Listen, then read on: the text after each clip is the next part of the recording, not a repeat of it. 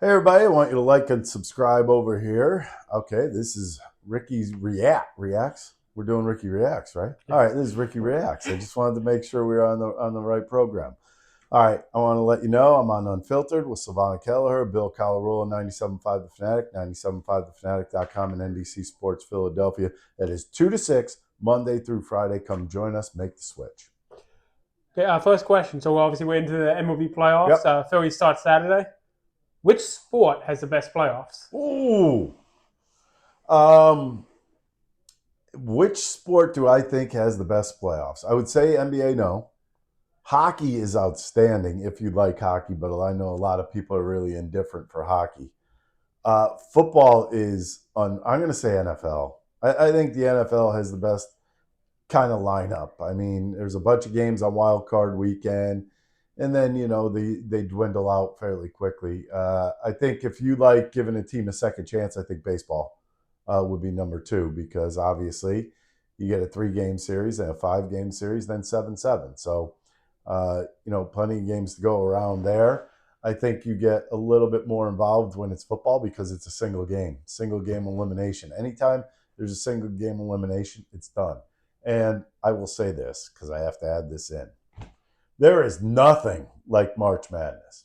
I'm a guy who takes that Thursday and Friday off every year. I love taking those 2 days off and just watching basketball for time in, time out. But don't tell my bosses here because that's what I do. I take those days off. Actually, I got stuck to me. What was it last year when I had what I have? I had jury duty. Took it right away from me, man. Took the basketball games right away from me. Are you kidding me? No, but I think March Madness might be the best thing sports related ever, in my opinion. Okay. Speaking of the playoffs, what do you just give me a few? When I say iconic Phillies playoff moments, the first few that come to your mind. Uh, the Jimmy Rollins hit against the Dodgers that scored, I believe, Eric Bruntlett and Chooch into the right center field gap at Citizens Bank Park. It was a game-winning hit, and I went nuts. I was on air with Darren Dalton at the time and Michael Barkan, and the stadium was going absolutely ballistic. And it was just one of those things where you couldn't help but remember it. I think one that's going to stick in everybody's mind was Eric Hinsky's at bat against Brad Lidge to end the 2008 World Series. But I mean, iconic playoff moments. I mean, there's so many of them, but for the Phillies, there's not a ton. But I mean, in all honesty, I think the Bryce Harper home run, the whole bedlam at the bank. I mean, there's so many like before the World Series that go around, but it's just iconic moments. I think the top of my list has to be Roy Halladay, his no hitter against the Cincinnati Reds in his first start ever in a playoff game. I mean, I want you to think about this. And then the last hitter hits a dribbler that has a bat in front of Chooch, and Chooch picks it up and throws the runner out at first base. The drama, it's awesome. Yeah, the Phillies have had some moments, but I would say those are my favorite moments. Okay. Staying on the topic of playoffs, which players in any sport do you think of when I say playoff performer? Tom Brady. I don't know how you can even go any further than to have him at the top of the list. I mean, this is a guy that has been unbelievable uh, in the playoffs. Obviously, the guy just wins, flat out wins, and he was always a threat, no matter what team he was on. He went to the Buccaneers; he was a threat there, won a Super Bowl there. So it wasn't just about a team; it was about a guy that could run a team very well and that could literally pick other teams apart. I know the Eagles did get him though. Uh, but it's just one of those things. He's definitely one of the first guys that comes to mind. And I guess you got to go. I mean, because I go history wise. You can go back to like Terry Bradshaw when the Steelers were really good with the steel curtain defense and uh, them winning Super Bowls at the time. And as far as baseball goes, Reggie Jackson. I mean, Mr. October, Derek Jeter. I mean, he's had some pretty historical moments in the playoffs. And then what's his name? Hideki Matsui, is that his name? Yeah, he's the one that did in the Phillies in 2009. That was pretty impressive by him. So I'll just stick with those names right now. Okay, we recently learned Bad Bunny is going to perform the Super Bowl halftime show. I'm Yeah, not sure how familiar you are with his discography, not at all. Not but at all. As a matter of fact, I will not be watching.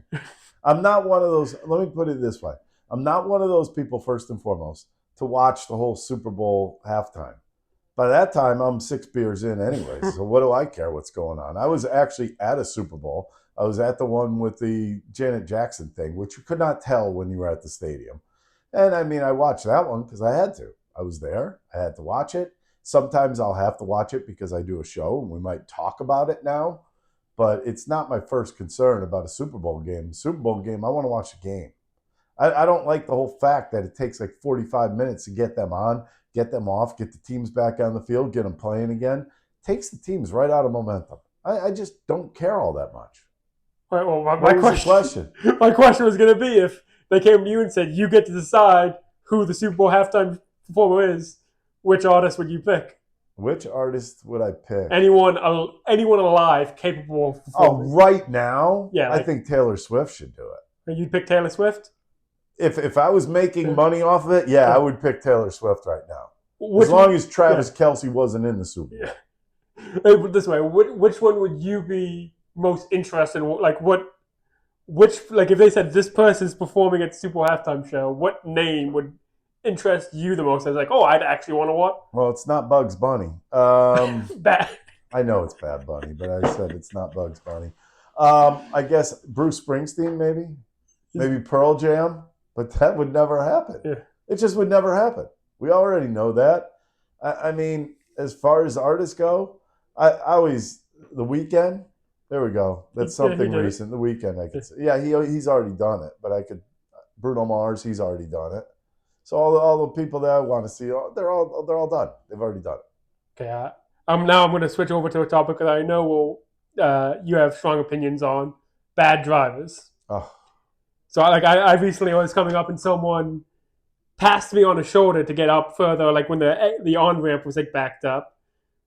What type of driver annoys you more, the overly aggressive driver or the overly cautious one? Overly cautious, and I'm not saying that in a bad way, but if you're driving faster or driving, speed limit, because the overcautious ones are going well under the speed limit, I bet you they cause more accidents. And I'm being completely honest, because you and your rubberneckers. You know what? The hell with the rubberneckers. I'm telling you, there's one thing that pisses me off more than anything else. If there's an accident on the side of the road, you think they want to be the zoo animals that you're looking at while you're driving by? Just drive.